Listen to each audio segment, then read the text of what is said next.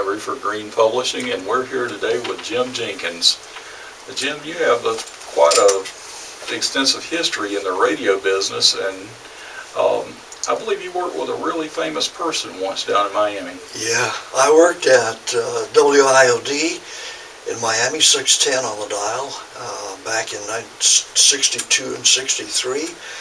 And I worked with Larry King. He was just starting out, as a matter of fact, in this career of talk radio.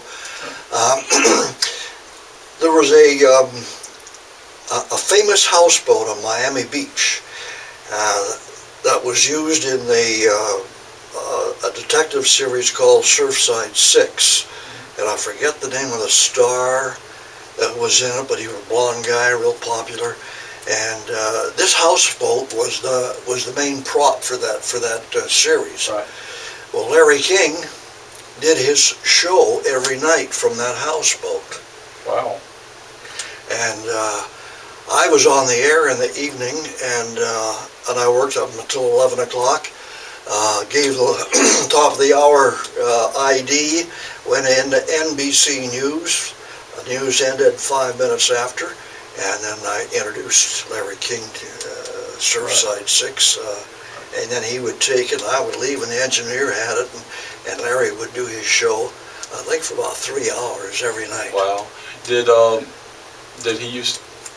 Back then, did he do the Miami, Florida, you're on the air with Larry King? Oh yeah, oh absolutely, yeah. Right. Yeah, and you know, he was quite an interviewer. He had See, in those days, Miami Beach was really like what Las Vegas is today. Right. It was the entertainment capital of America. And all the big stars came down there at all the various hotels. And so he interviewed a lot of people. And he was the only person that interviewed Frank Sinatra. Wow. Frank Sinatra would not let anyone interview him, but Larry King interviewed him. Right. Well, that's good. Well, now I know, how many years did you say you worked in radio? Well, counting the 13 years of volunteering here at the local radio station before I got fired, 40 years. 40 years. I started in 1954. Right. Now, you also worked in the police force. Yeah. There came a point when in radio I thought, well, you know, I'm really going to make a career out of this and get a pension and all, and no, not going to do it, because I saw radio, especially AM radio, kind of sliding downhill. So I was an island man. I always wanted to live on an island. Back around 1942, you weren't born then. I saw a movie called Guadalcanal Diary and Bataan, and I saw those coconut trees and the beaches and everything. You know, and I was just a kid. I was like 10 years old. I said, well, that's where I want to live. Wow. So all my life I wanted to live on an island. Well, down in Fort Myers, where I'm from, we have all these barrier islands, and there was one island called Kea Costa. One end of it, 640 acres, was a county park, and they had cabins, and you could rent. They had a couple of 3 docks on the Gulf side, and you could rent your cabins there or set up a tent. Other than that, the whole island, 8 miles of it was virgin territory, absolutely beautiful. So back around 1960, I think it was, I bought, around 64, I bought a piece of property and said, well, that's where I'm going to live.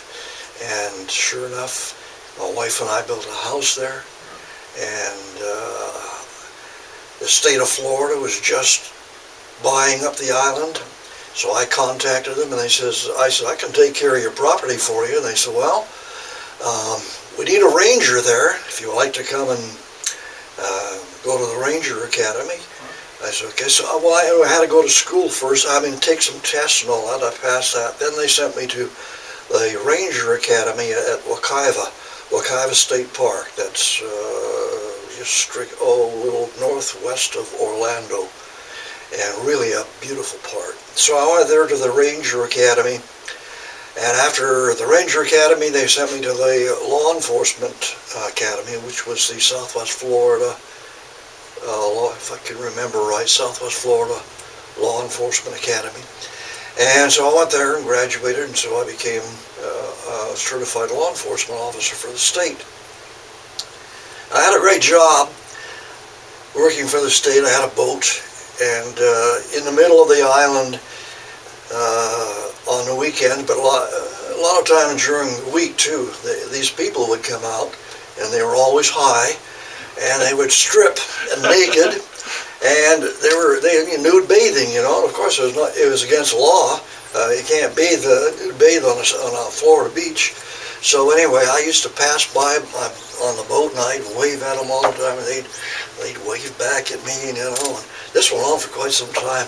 And suddenly one day, the major from Tallahassee came down. He said, I want to take a tour of the property. And it was a Wednesday, and I thought, well, that'll be okay. I don't think it'd be any nudies out there. So we started driving around. We get to this spot, and sure enough, there are all those nudies, you know. And he didn't say anything. About a week later, I get a letter from Tallahassee saying that I am to start writing tickets for all nudies right now. So I thought, oh man, it's not fair. I've been waving at people, you know, and they've been waving back at me. So I contacted him, and I told him, I said, you know, let me give him warning. He said, okay, I'll give you a month. So for a whole month I went out there, and I saw all these people, and I gave them warnings. And one of the things that I remember was pulling up on my boat, and I saw 3 or 4 of these nude people, and I would start writing a ticket, you know, and this nude woman come up to me, and she said, you get your jollies out of this, don't you? Yes, ma'am. So anyway, I had to go down to another state park, and I passed the airport in Fort Myers, Page Field. It was a fairly large airport, commercial flights. So I just stopped in to, you know, talk with the airport police. And as soon as I got in there, they offered me a job. Oh my God. The money was so much different from what I was getting with the state. So I took the job, and I stayed with the airport. Then we moved out to their new airport, and it became an international airport called, so Southwest Florida International Airport. Right. And I put in 20 years there as a police officer.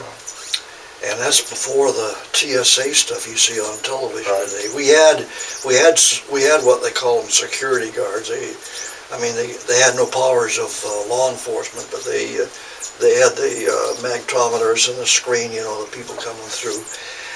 Once in a while they would do a pat down, but not like today. Right. Not like today. Well, you mentioned your wife earlier. Now, I know you've got a special nickname for her, don't you? Yeah. Where did that nickname come from? My wife's name is Rosalind, and way back when I was a disc jockey, a song came out called Hang On, Sloopy. So I started to call her Sloopy. Right. And I have been calling her Sloopy for the last 40 years or so, 35 years. Sometimes I forget what her real name is.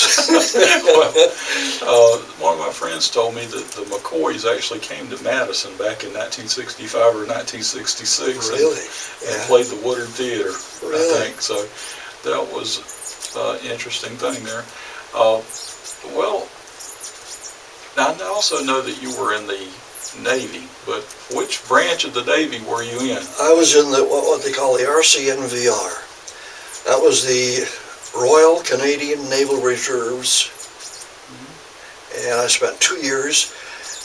This is going to really age me. I'm going to tell you what my age is anyway coming up. Right. But this is 1949 and 1950, right. Just when the Korean War broke out, and now it was voluntary, so I got a job. I graduated school, and I got a job on the Canadian Pacific Railway as a locomotive fireman. And so they came to us and said, look, you guys, if you go active into the Navy because of the Korean War, you'll go in as an LS, which is a leading seaman, Right. and your pay will be much higher. Well, I thought about it. I almost did it. A couple of my guys did do it, stayed with the Navy, made a career out of it, you know, got a pension. Well, anyway, I went and stayed with the the Canadian Pacific Railway for 4 years, and then I got into radio and been into radio since. Well, how did you get interested in radio? Well, I've always been interested. Growing up, we had one of those consoles, floor Right. consoles, are about this big, about that wide. I still have it at home. Really? Yeah. And it was shortwave, and you could hear police calls in those days on it. Right. And I used to sit there by the hour just dialing and getting stations all over the world, you know, and AM stations, Right. you know, and unbelievable. So I got an interest in it, and I love music, and I went out and made an interview for my first job, and they interviewed me for an audition, and they gave me a pencil. They said, "Here, talk about that for 1 minute." "Oh, what are you gonna do?" "Hey, pick up it. It's a pencil to write." No, describe it. They want to see how well you could ad-lib and describe things. Yeah. Well, I remember going to your house a few years ago, and you showed me a log that you kept of radio stations that you had picked up. Yeah. You had like a really good antenna, and you picked up what was the farthest station you picked up? I still do it today. It's much harder now because of the interference, because you've got HD radio, which causes a lot of interference on the bands. The furthest station that ever heard me was in Australia. Oh, really? I mean, I picked up Australia on the AM band. Now, it's not shortwave. This is AM. Various stations in Canada, South America, out west. I always wanted to get like to California. Never did make it. Oregon, Washington. I never could quite make it out there. No. But I covered pretty well the Midwest and Southeast, the Northeastern United States, New York, and places like that. Well, I was just amazed at all the stations you showed me that you had been able to listen to. Yeah, and I got much more since you were there. Really? Yeah. Well, what? Antennas. Right. I have about. Well, if you walked into my room, you wouldn't see a color because I have one coming up the wall, goes all the way around, comes down again. You can't see it. And I got one in the attic, goes 80 feet, into the attic, you know. And then I've made various loop antennas and all that, you know. And a loop antenna is really good. I make my own. It's handmade antennas, and they're about 3 feet, like this. And say you want to pick up a station on, say 1060 on the AM dial, and you're tuning in there, but there's a lot of interference. There's a station on this side, there's a station on this side, and you want to get that. So you get your loop antenna, and you null the stations on the side. You null them out and bring this one in you want to hear. Right. See, so loop antennas are very, very good. Well, what do you think about changes in radio? I don't like it. You don't? I don't like it. Radio is not radio. Today it's AM or FM. It's just a computer. You really have no one there to run it. I don't know how the FCC they get away with it, because there are certain things you have to do to run a radio station that is required by the FCC, and that the most important thing is your public file. Right. You have to have your public file, and in that public file there is what they call program lists, and or quarterlies. Right. And each quarter you've got to have at least 26 like say interviews, local, it's got to all be local. Right. You know, things happening in your community where you have presented on the air, and if possible, had a resolution to it. You know, and you have to log this so that when the FCC comes by, and they'll say, well, let me show me your logs for the first week of September 1996. Well, if you're lucky, you got them, well, you go show them. But if you don't have it, $10,000 fine right there. Right. Well, I know when I worked in radio that we had to keep meter readings. We had to keep, I think it was every 3 or 4 hours, we had to go in the back and read the meter and just make sure, you know, that we weren't going out too many kilowatts or whatever. And then we would have to keep, like you said, public records file, public affairs file. So because that's one important thing, you have to show how you serve the community. That's exactly right. They had, they've got so many different laws that I know a station that is highly in violation of FCC rules and regulations right now. Well, we better not mention it right now. Well, we sure know. You know, I mean, it's unbelievable. Right. Unbelievable. Well, and the FCC, they never tell you when they're coming. No. And they visit every radio, AM, FM, and television station in the country. Wow. And they never tell you. They just come in and they want to inspect your station. And many stations fail and pay thousands of dollars in fines. Right. I also remember having to keep records for ASCAP and BMI and stuff, so the artists can get paid. Right, exactly. You have to pay that once a month. I don't know, when I was in radio, it was around $26 for each, for BMI, ASCAP, and CSAC. I don't know what it is now. I think probably about, I would say at least $40 for a month for each. Right. Well, I do appreciate you being here today. Okay, Jacob. And I always enjoyed listening to you on the radio when you were working on the radio. And could you take us out with like a radio check? Okay, I'll tell you. I had cancer. Right. I was diagnosed with colon cancer in 2005, and I went through the process, you know, of the awful, what do you call it? I can't even remember it. The chemotherapy. Chemotherapy. Right. I had 6 months of chemotherapy. Lost 41. There you want to lose weight, get cancer. No, I don't want to lose it that way. I already found a rough way to lose it. I don't want that kind of weight. No. Well, I lost 41 pounds. I'll tell you, I didn't want to eat. Everything tasted bad. I love Coke. Coke tasted awful. Water, water was awful. But you had to eat. My wife forced me to eat, and I had it. So I went through. I'm 8 years clear of cancer right now. Okay. But in the process of cancer, unfortunately, I lost my radio voice. Okay. I mean, I still play around with it, but I really lost the voice that I had for the residents and all that. I can't get it back. Try, can't get it back. Right. All right. Now, you mentioned before you were going to tell us how old you are.